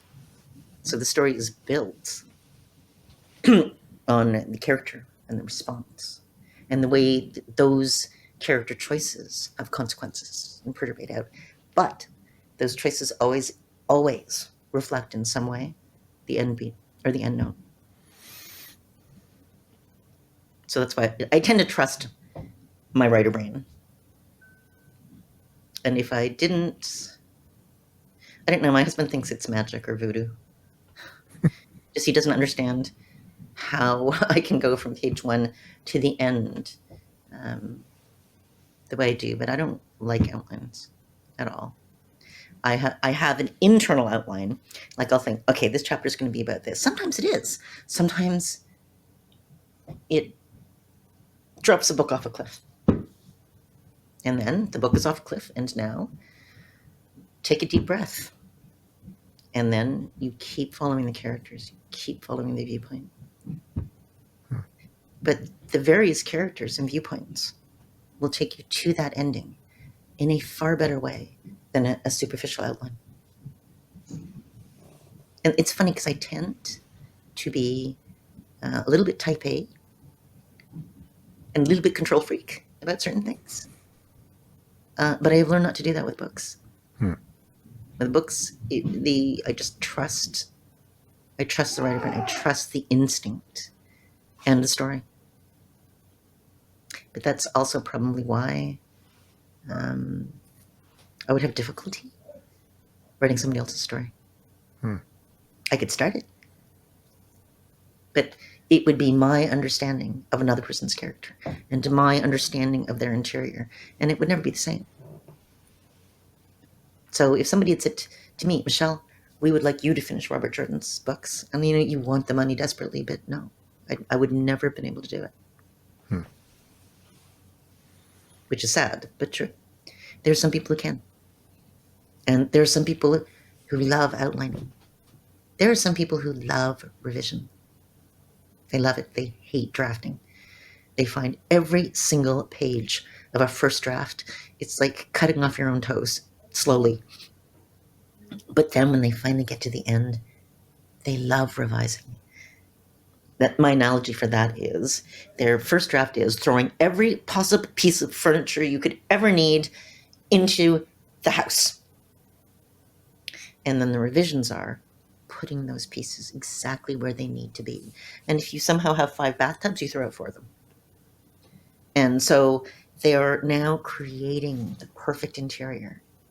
But to get to the perfect interior, they have to throw in everything before they go. That's not what I do. That's not how I work. So if a book is not working for me, what that usually means is I have to throw out a book. Or throw out 200,000 words. Okay, that's where it stopped. Throw them out. Which many writers will say, well, don't you keep any of them? And you can't. He said, you can't keep it. Where are you going to ever use it again? It is going to have no place in any of the other books. It is the wrong book. So it's not that I don't rewrite. It's not that I don't have difficulties, but it pretty much is of a piece. All the way through. Chibipoe, did you have a question for Michelle before we wrap up? Well, I kind of did, but I'll probably throw it at her at Blue Sky because it was kind of a heavy one, and if I ask, it will be for what. Just ask. Go ahead. No, go for it. Well, I was going to ask because if I recall correctly, we share a similar hobby, in a particular video game that. Which one is Final Fantasy? Yes, and as I recall, you do play 14. I do, although I'm taking a break at the moment while I wait for the next expansion. I actually started replaying from ARR again, and the only bad thing about it is it's like rereading, because in Final Fantasy it's a story. I desperately want to get to Heavensward and go through it to the end again. Well, 3.3. And then I desperately want to do all of Shadowbringers again. Heavensward made me weep in one place because it was so perfect. It's one of those perfect writing moments. Yeah. And it pays off. It pays off a lot. Yeah. And it's still sad. I bet I know the moment too. And that's in Heavensward. Yeah. But in Shadowbringers, they do something with villains that people forget sometimes, the bad guys, that villains, if you will, like people want very simplistic villains. I want a good guy and a bad guy because it's just easier. It is simpler. If you want comfort reading, you want to know that these guys are bad and these guys are good, so you can root for them. That is not what they do. Yeah. But they sort of do. Like it with the Emmett Salt character. No. With the Emmett Salt character, by the end of that, of Shadowbringers, there is no question that he has to die, right? No question. And if I were any one of the characters facing him, there would be two things. And one is, it's heartbreaking, and two, it doesn't matter because he's not going to stop. So it's almost a perfect balance. And what was interesting about that to me is it's the Breaking Bad thing all over again. There is no question that this person is a mass murderer, right? And all the reasons are tragic, and they become really, really heartrending as you have a deeper understanding of it. The guy's a mass murderer and has to go. I don't think that because you understand why somebody does something, that makes it okay. I had this with Breaking Crown. Somebody's in an audience, they put up their hands and they say, the thing I really like about your books is there's no right or wrong, right? It's not black or white. And I put up my hand on the panel and said, that is wrong. He said, stop. I said, no, these people are wrong. And he said, but I understand why they're doing everything. And I said, yes, because they're people. But everybody has reasons for doing things. And just because you understand what the reasoning is doesn't mean that all of a sudden it's right. It's still wrong. And that shocked the person. But I have discovered it in a lot of readers. If they understand why somebody does something bad, then somehow that can't be bad anymore. No, it's still a bad thing. Right? It is frustrating to me because you still get people saying, "Oh, but he didn't do anything wrong." No. He killed 7 planets worth of people. I'm sorry. No. Oh, but he didn't consider them people, so it's not wrong. Hello? No. That's, I love all of the stuff they did with the villain. I love it. I think it is easily the best exploration of a super powerful, godlike bad guy I have ever seen in any medium. But the philosophical discussions that came up around them made me want to burn things down. It's like, I'm sorry that you understand him, and now you think it's okay, because it's not okay. And it's that for me. No, and I feel like just to touch on that briefly is like, and then people got to Endwalker and they were like, you know, and they had been. You've probably seen these ones too. They've been around with Heidelin as evil, you know. Well, nobody was sure. Like, I wasn't. I said, "Oh, come on," because I wasn't sure. So in that, when we were playing it, because we got to play it all the way through. We bought Endwalker, right? So we had all the stuff leading up to it. I'm sorry, guys. No, it's fine. But there was a moment where I said, "Oh, please don't tell us that we're essentially." I can't even remember what the word is at the moment. Don't make us the bad guys. A lot of people were like, Not "Oh my god, don't worried about it." But I thought that tempered. Tempered. Thank you. Don't say. Are we tempered? Yeah. Are we tempered too? But so there are all the questions, because you realize that she's also not wrong, right? That she could not think of anything else to do that would stop the people who had essentially been her brothers and sisters and preserve as much as possible. But she's totally right. Yeah. What she did. But yeah, it's like my point with that was, so you get to the whole, full backstory to it, and you even get previous Emmett Selk, and even he's like, when you tell them the future, and he's like, no. And so all these people are like, oh, Emmett's, okay. It's like, no, even he himself is like, what? No, I would never do that. He said, what kind of idiot would do that? Who would do that? Who would invite somebody into the heart of their, like, he's so mad at how stupid you're saying he was in the future. And he's right? Yeah, because then he's like, oh my God, I cannot believe, how stupid I was. Well, I won't believe this. I won't believe it. But she believes it. Yeah, because he just didn't want to, even. It's like, how do you wrap your mind around that? It's like your entire world just, goes up in flames.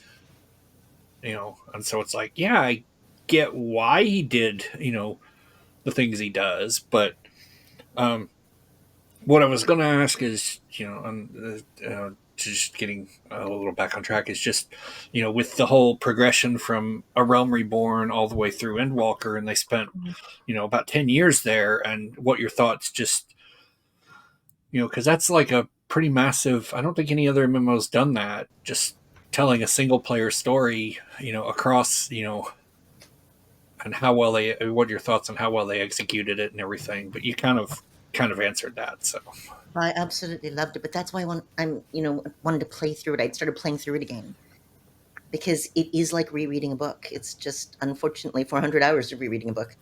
You could New Game Plus, but it just doesn't have that impact that it does. No, because you just blow through everything. All the way through, and you catch things, and it's like rereading. You're catching things in ARR that you didn't hold on to because it's the beginning of an MMO, and you're expecting like MMO story. You're not. I mean, like World of Warcraft story, or like garbage story. So you're not really paying attention. It's like, okay, these are the bad guys, these are the whatever, and it's only after you get through Heavensward that you realize that is not what they are doing here. That is not what they're doing. So when I started again, I paid attention to a lot of the little details, a lot, that I had not, of course, retained the first time out. And I think the one thing that I will say before I played Endwalker is I'm watching somebody, because he has gone completely nuts about the Bahamut fight in Coils. In Coils. Yeah. And the thing he went completely nuts about is the song. He said, like, oh my God, this I keep forgotten, because he's with a bunch of friends who are taking him through, and he's just standing there and he almost died.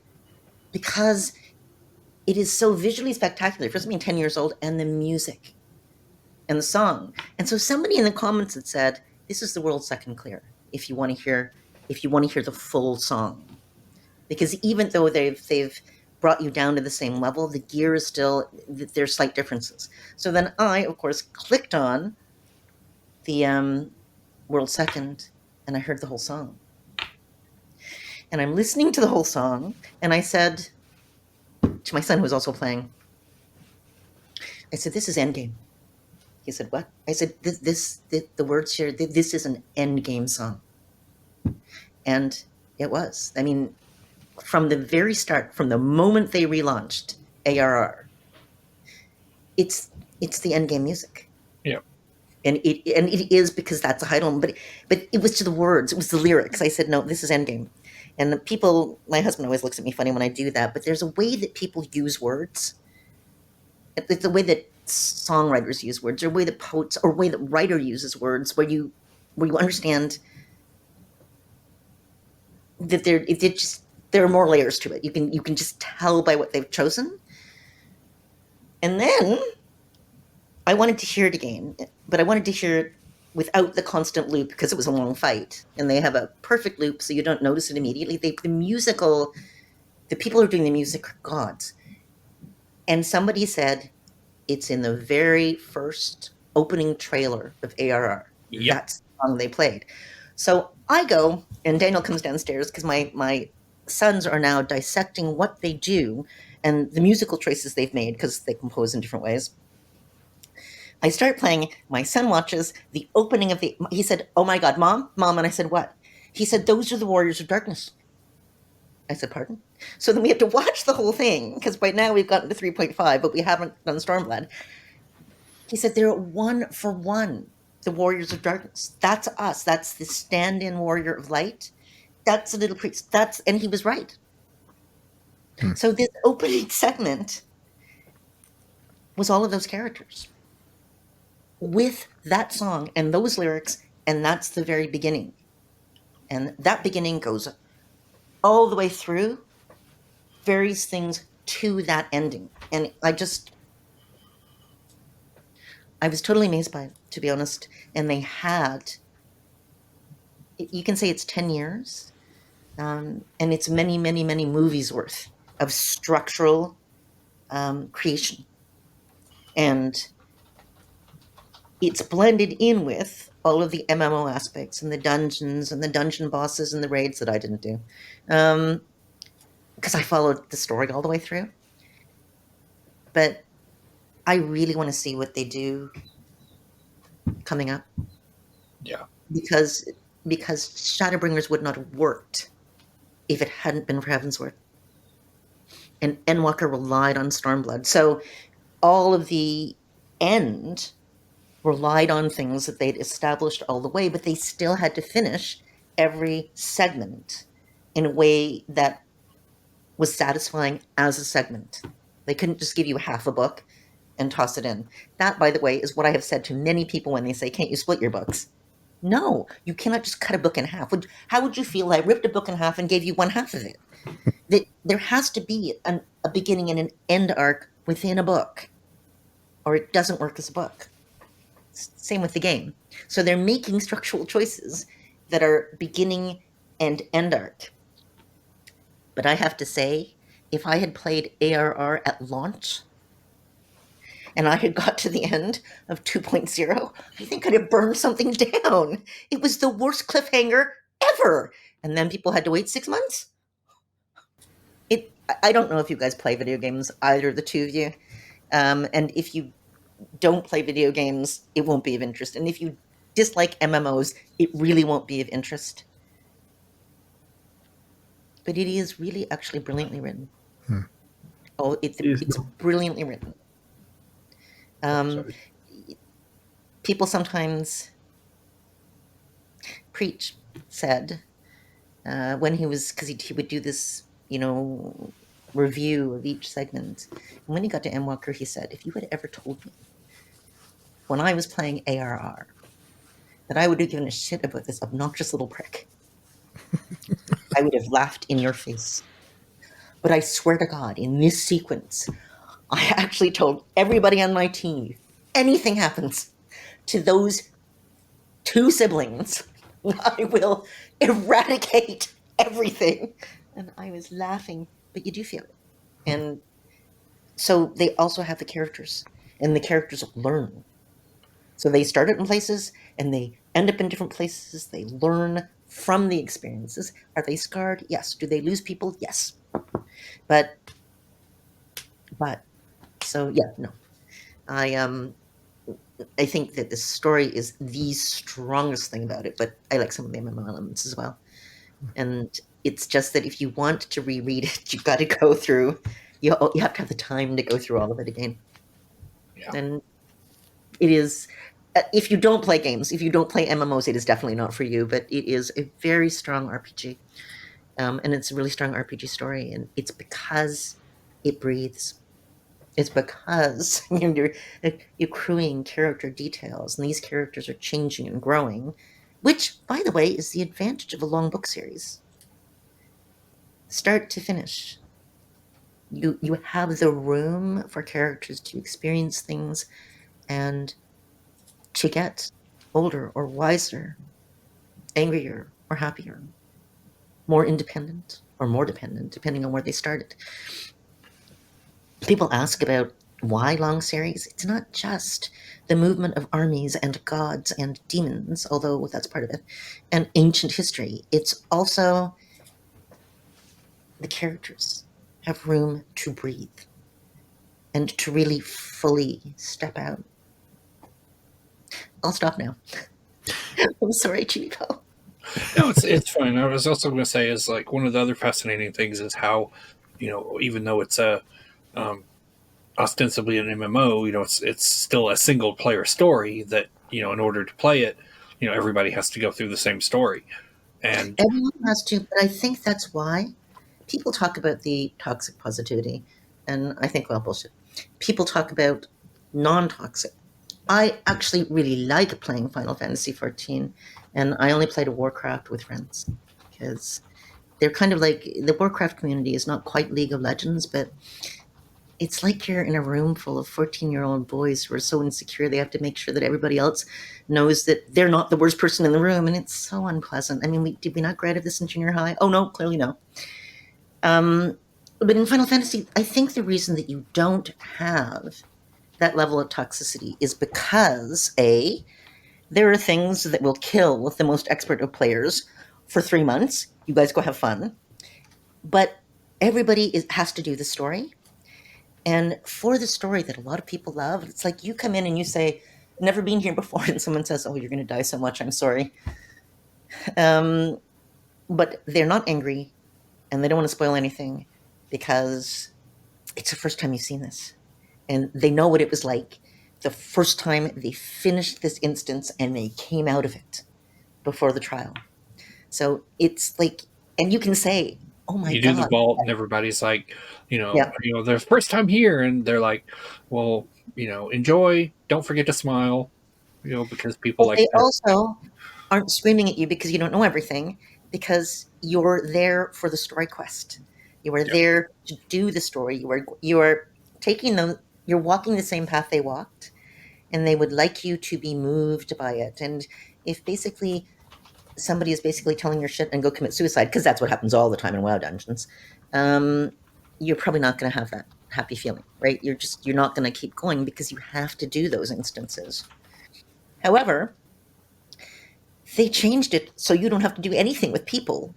Oh yeah, they've made it, yeah, and they minimized a lot. They're like, because I think he said, hey, we get all these things where people are like, I really want to play this, but I don't play MMOs. So they've You know what? reduced substantially how But much you know stuff. why? It's because he thinks of Final Fantasy XIV as a Final Fantasy flagship game. And there are tons of, mostly Japanese, of course, players telling him that they've played every Final Fantasy game except, I think it's 10 and 14. Was it 10? Was it Final Fantasy X was the MMO? There was one 11, MMO, but 11. 11. Yeah. They played everything but 11 and 14. And it bothered him because it's a Final Fantasy game to him. Yeah. So that's why they came up with the you can do everything solo if you really want. Because that's another Final Fantasy. Well, you can't, they still haven't done the 24 mans and some of the 8 mans. The 24 mans. Oh no, actually, one of them is mandatory. Yeah, it's mandatory. Yeah, but it's they haven't. You're right. But no, what I was going to say is I thought how it was, it's like it's ostensibly a single player story, but you are the main character, The Warrior of Light. and so but basically being a player character, you're basically a blank slate. But even with that taken into account, it's really fascinating how they managed to pull this story off and actually give the player character actual personality, and you can tell even little things about the character that and made them a centerpiece of this world, even though and you can basically throw whatever backstory you've got in your mind and it more or less works. It does, but the thing is, because of the hierarchy, you are the Warrior of Light, upon whom everybody depends. But actually, the people who are ruling still get to tell you what to do. Right? You are not a governor. You are not a ruler. You are never going to be either of those things.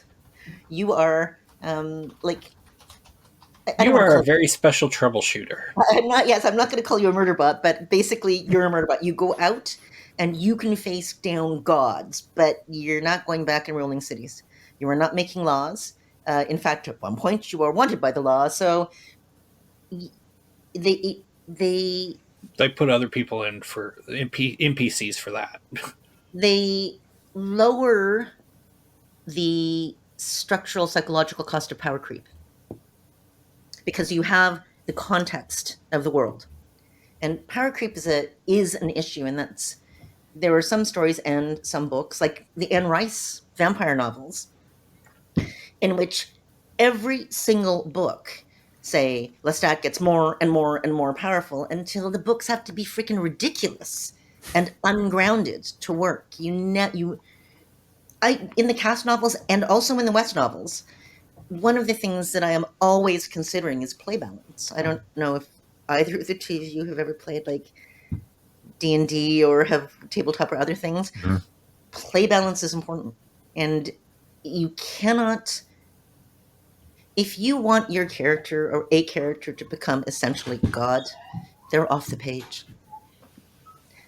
They are off the page. You can have them come in now as NPCs, but they have been retired. You cannot have them as active player characters, because you can't interact meaningfully with most of the world anymore if you're basically a god. It's the same thing with the game. So they contextualize the story structure, for me, in Final Fantasy, to prevent that. The enemies grow bigger, but the stakes, in some ways, remain the same. You are still trying to preserve the people of Eorzea. And those would be the villagers, and those would be the people in the city, and those would be the people who are the refugees, and those would be, you're still trying to preserve the same people. Yeah, and I also like that, they've kind of underlined that if you really look at it, it's your character's real strength isn't the fact that they can go murder hobo, murder blend everything in their path. Like Shadowbringers even outlined it. It's like the real advantage here isn't, it's all the connections, that you make with people. And, that was like the best moment in Shadowbringers. It's like, yeah, you just basically united an entire world to pull off the. I have to admit that it's the elevator, right? Yeah. When The you first, it's like you make all these connections throughout the game, and then it culminates in a moment where but you need to that get is, to murder blend a guy, but but that he's is up in a also spot you how, can't get to him. right. But that's also what I'm talking about with power creep. So you still have to make those connections in this place, and you don't have fundamentally. I can do anything. Uh, For them to get these things, you have that the coward genius, and you have the insane trolley worshippers, and you have the like. I mean, everything Yeah, has to sort of come together. You don't have the know-how. I mean, hi, can you fix this? No, next. But your friend is a scholar, and so it's always that sense of context yeah, because because it's always a sense you are fighting for something. it's like the warrior of light can kill things really well, but they're kind of a bizarre little cryptid who tastes could stuff dinosaurs in their sack, and no one understands why. Story-wise, this is also important, in my opinion. It is that because the character connections are the context in which they work, or the lack of context if they're that type of character. Like it really does make a difference. I am really, really sorry, Steve. No, you're fine. We can stop at any point because I know this is not actually about books. It is about story structure. Mhm. It is about pacing and how these things are done, but it isn't necessarily about books. It's just that it's a type of game. Just they play Final Fantasy XIV, then you will understand. Well, I don't know if people would. It's a lot of time investment, though. I will admit that. A lot. Um, yeah, if you don't like them, don't. I really the whole proselytizing. You must do this. You must do this. Don't. Although I admit, after I played Last of Us on the PS3, I tried to make everybody I knew play it, but that didn't work out really well. Did you? Have you ever? I haven't watched a television show at all. Hmm. The only thing I've done is play the game, and I don't like the newest remake at all. It's too uncanny valley for me. Hmm. But and it's like zombies and shooting people, and I hate for first person shooters, but the end of the first act was such a perfect gut punch for everything else that had happened, and then it was like, I'm doing the rest of this. I don't care. And then the end of it. I'll see you later, Jose. Yeah, Sorry, sorry. Jose. No, no worries, no worries, no worries. Thank you. Bye. Bye bye. Was just phenomenal. And then that was another controversial one. And Yeah, people still scream about the ending of it. And I said, okay, the difference and the reason I'm not upset about it, Thomas said, I'm not sure I would be happy with that ending. And I said, yes, but it's his story. And if you've been paying any attention to the character as the character is developed, very well developed, you know there's only one choice. There is no other choice this man is ever going to make. You know how it's going to end. So if you really thought that at the end of this was going to happen, you weren't paying attention to anything that happened emotionally. So I wasn't upset by it. I expected it, but boy, some people were mad. You ever going to play it, Steve? Probably. I like MMOs a little bit too much, so I try to avoid. Oh, no, Final Fantasy. This is Last of Us. Last of Us. Oh, is Last of Us. Standard shooter. Yeah, I think I played the first one a long time ago. Okay, so at the end, you know that the choice is he kills everybody or he rescues his daughter. Well, okay, you've played the rest of the game. He's going to kill everybody. Like, there's no question. Of course he is, because he has just found his daughter. He has just found her again, and there is nothing in the world that this man will not do to save her. So the idea that he could have saved all of America by the only thing that was totally true that I thought, oh, this could cause you trouble in the future, is that Marlene was right. If she had asked Ellie, are you willing to do this? Ellie would have said yes. No question. She would have been willing to do it, and Joel did not give her that choice. And at 14, you could argue that she's a child and she shouldn't get to make that choice, but she was not a child who could not make that choice. So, sort of interesting. But I haven't watched a television show. I watched one or two people complaining about the television show. or really liking the television show, but I haven't actually watched it. I What was a MMOs big do you fan. play? Yeah. I played, well, it's been a while. I played Dark Age of Camelot back in the early Oh, 2000s. okay. That's a long time ago. I was addicted to that game. Not in a necessarily unhealthy way, but it was starting to take up too much of my time, so I had to stop to be more productive with other I things. stopped WoW rating. When I got an offer for a book contract, and I thought, no, I can't do that. It's my rate schedule. And then I thought, okay, Michelle. Now examine what you just said. So then I had to stop. But that was when there's 40. You needed 40 people, right? And Yeah. basically, the median age of your entire guild was 14. I swear to God. And then so you get a bunch of 14-year-old kids and mom. They called me mom. Well, and not it was affectionately eventually, but the 21-year-old was saying, "I just like me stuck in a room with my mom." And then Steve, the 17-year-old, said, "It really is." I said, "Okay, that obscene joke that you just told, pretend that you're sitting across from your mother and do it again." He said, "No, that's gross." I said, "Exactly. You wanted to go do that? Go to a different channel." And they were kids, but then because they were kids, it's a supervising thing. It's the I want you to stay on your own side of the car. Do not cross that line. See, we're going. It's like I have to go to the bathroom. Didn't I tell you to go before we leave? It was a humor in it, but it was that. And so eventually I had to quit that. And that was my first big MMO thing. And then Final Fantasy, I didn't start playing. It was COVID, right? It's COVID, lockdown. It's not seeing people. Well, why don't we try this? We'll try this. Not let's try this on a server that Asmongold's not playing on.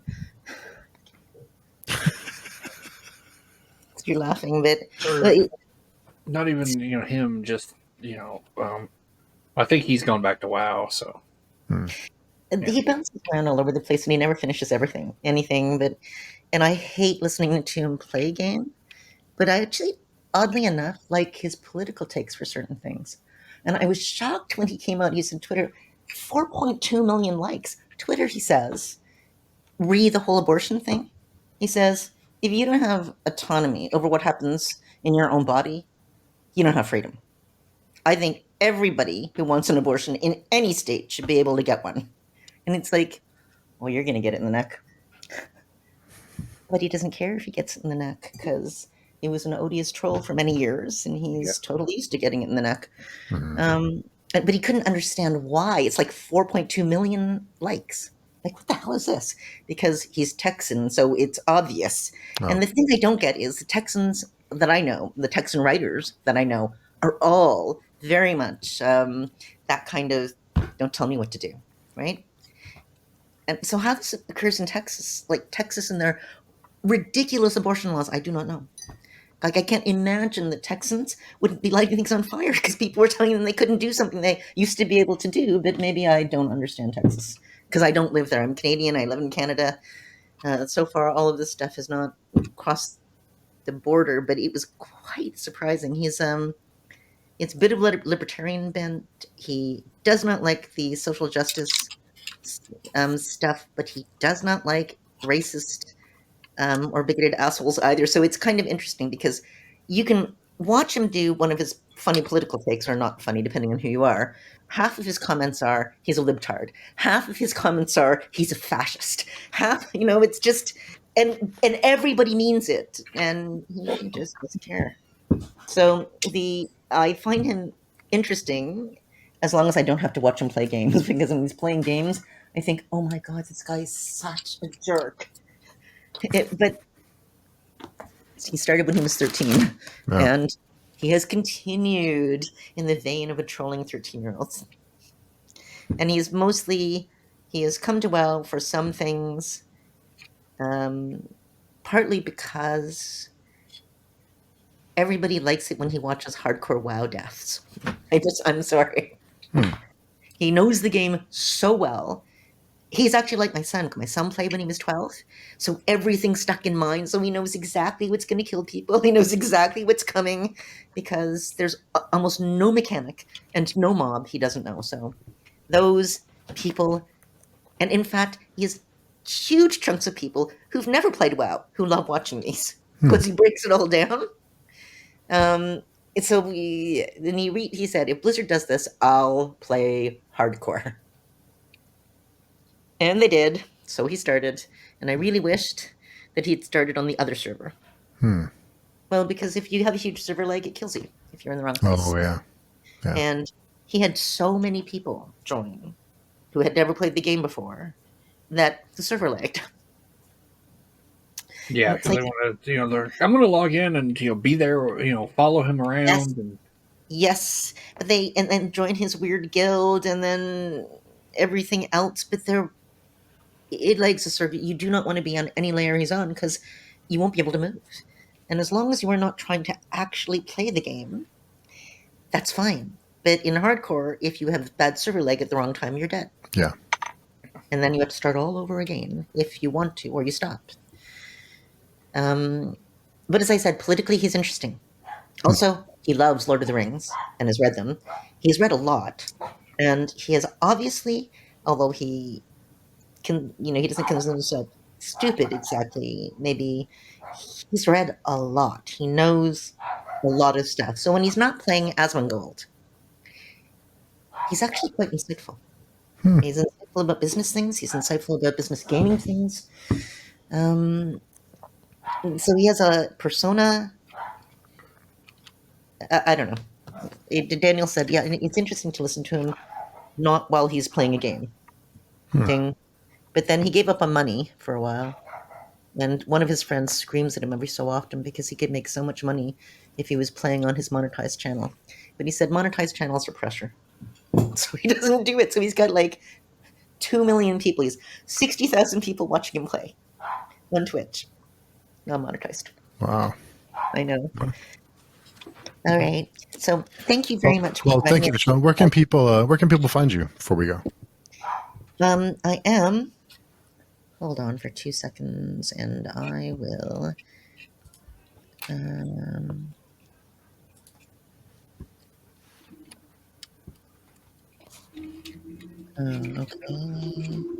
I'm just trying to find my.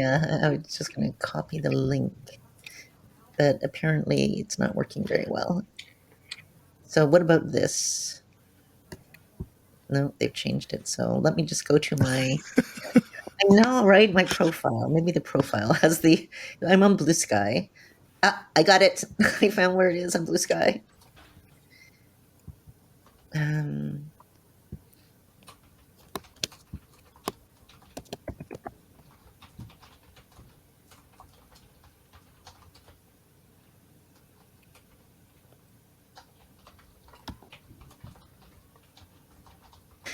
I check Twitter, but I don't stay on Twitter anymore. I had to explain to my husband why I was so sad to lose it. And he said, why? Why Twitter? And I said, when you first started Twitter, before they had to change some things, it was interesting. Everything had to be short. You were seeing what other people liked, and you were seeing what other people liked was important. So I'm on Twitter. I'm following my few writer friends. And a couple of my writer friends are following Tressie. And Tressie is one of the Black academic feminists. And I follow Black feminist Twitter sometimes because of a very different take on feminism and what's important. And I actually kind of side with that more. If I have to take a side, which I generally don't. But I found the rice guy, the guy with the 50 tons rice his brother-in-law had ordered. Instead of like 50 pounds, he'd ordered like 50 bags of rice coming into his house. And it's this long thing that is hysterically funny. You find, and would I have looked for that? No, of course not. I mean, who would start looking for that? There's so many little things that you would find or trip over. So you find the medieval studies people on Twitter, and then you find this hysterical Sotheby's bookstore person on Twitter because one or another of your friends has tripped over it. It's like you're not looking for things, but in your feeds, you'll find the oddest things, and some of them are really useful.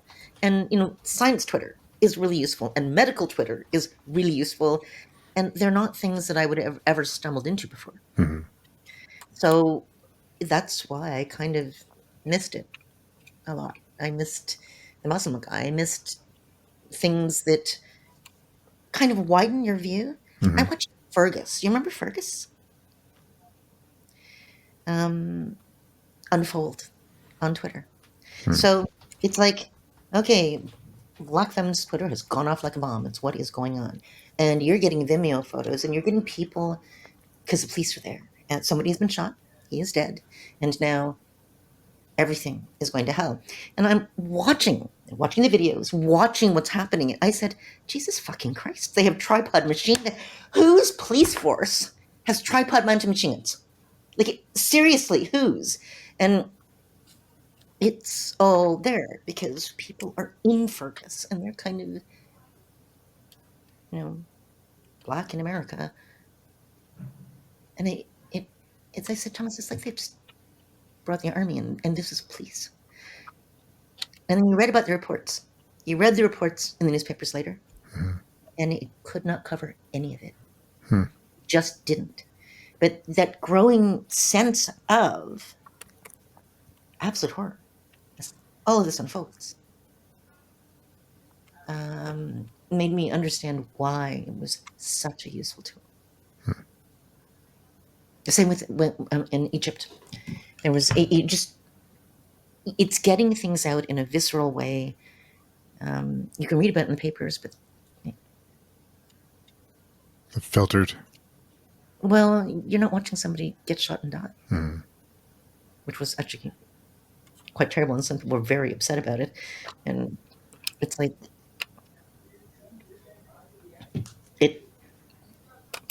it's not the filter; it's just the range of experience, and then who's speaking, what they're saying, how they're arguing, what they're agreeing with, what they're disagreeing with, and so you take this whole range of opinions, and you can start to kind of get some sense of the landscape that you don't get if you're just reading one thing.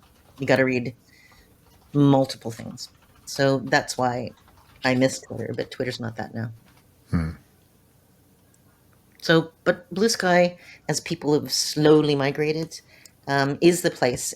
And again, as I said, I don't do it for following. I do it sometimes. I want to see what people have to say. And for a while, my entire feed was Pope Hat and John Scalzi, I swear to God. It's like, because I post a lot. And so that was kind of it. So mostly there. They can come to my website and I will answer if they leave comments.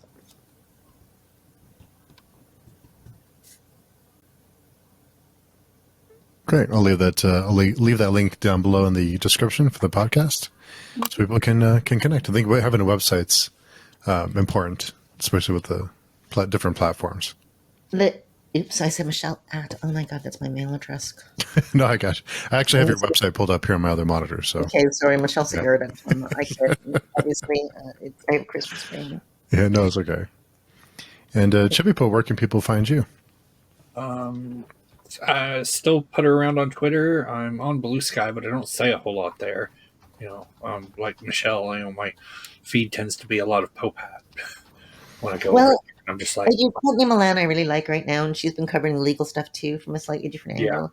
So if you're not reading Courtney, I follow her on Twitter. I haven't looked her up on Blue Sky, but she's posting a lot on Blue Sky. yeah. And I'm also on the page tuning forums, and I lurk every once in a while on Michelle's forum. And post things there. Well, I'd say I recognize the name though. Yeah. It is true. I can also, if you happen to join, I can also be found on her Patreon every now and then too. So Yes. So I'll leave that link down below if too. anybody wants to find the Patreon, they can go to the website and there's a bar thing. I don't need to actually. The whole point of the Patreon for me was to publish the books properly, and I can. Like I have, I can, and I could afford to hire the actual artist who's done all the rest of the books, and like I could afford to do the audiobooks. I have enough money, so I don't need more people to join because I have enough money to actually do the publication. And that was sort of it. So then I don't often mention it because it's the same thing. It's like I'm asking you to give me money that I don't need anymore every month, and it just makes me feel guilty. Well, and like I said, I appreciate the snippets when you post them, but I was always my view is, and I think I've said that to you before, was just, I'm here to support you, publishing these. I don't need I know. or anything, it's just, there'll be a book eventually, and that's all I need. The snippet things for me are not snippets, by the way, Steve. I post half a chapter. It's like the first draft chapters. I was going to post snippets, but then I started to look at it and I thought, can you post this? Then there are going to be 20 people who will axe murder me because somehow this is a spoiler. I can't post things out of context. So they have to be context free, but even the names will be spoilers for some people, and fine, fuck. And I post, I know, now it's late, so now I'm swearing. So I post I just started with the prologue and just posted that, because then anything in that can't be a spoiler. Just read the whole thing. And then the second half of the prologue, it's the same thing. You could say, well, this is a spoiler, except it's the whole thing. So no one's going to be screaming at me because there's a gap between that somehow they won't be able to experience before they reach this point. But my initial thing had been I would sometimes post snippets. It's just when I really thought about it, I didn't think that would work very well. Yeah, it's tough. But what do you do? Hold on one second. Let's go ahead and thank you for Michelle. Michelle, thanks for your time, and hope everyone has a fantastic weekend.